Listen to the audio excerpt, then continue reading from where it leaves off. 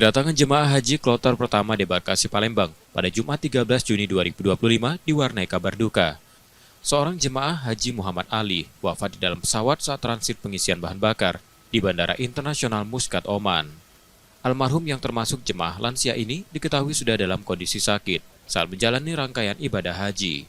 Jenazahnya dijadwalkan tiba di Palembang 3 hari kemudian bersama kloter berikutnya. Sekarang jenazah almarhum sedang proses di Oman untuk pengembalian ke Palembang. Rencana 3 hari setelah hari ini akan diterbangkan melalui kloter berikutnya. Meninggalnya memang dari selama menjalankan ibadah haji memang posisi beliau sudah sakit. Mungkin nanti bisa ditanyakan ke dokter terkait kondisi kesehatan beliau.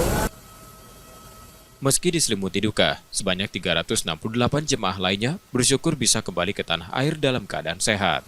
Alhamdulillah, semuanya bagus, baik. Semua berjalan lancar, jamaah rombongan kami sehat semua, termasuk Pak Haji Tujujo. Alhamdulillah semua sehat. Mudah-mudahan menjadi haji mabrur dan mabrur. Amin. Ini dengan ibu kandung, dengan istri, dengan bapak. Oh, komplit. Orang Pak, alhamdulillah sehat Pak ya. Ada kendala Pak selama ibadah di sana Pak? Semua lancar. Cuaca Cukup, cuma paling panas 43 derajat. Oh, 43 derajat. tapi nggak ganggu ibadah kan Pak? Tadi sempat terlambat Pak pesawatnya Pak. Delay. Ada yang meninggal tadi di Oman.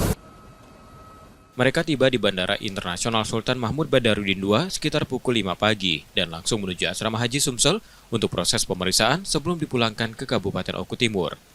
Sebelumnya kloter ini berjumlah 370 orang. Muhammad Reza Pahlevi, Kompas TV, Palembang, Sumatera Selatan.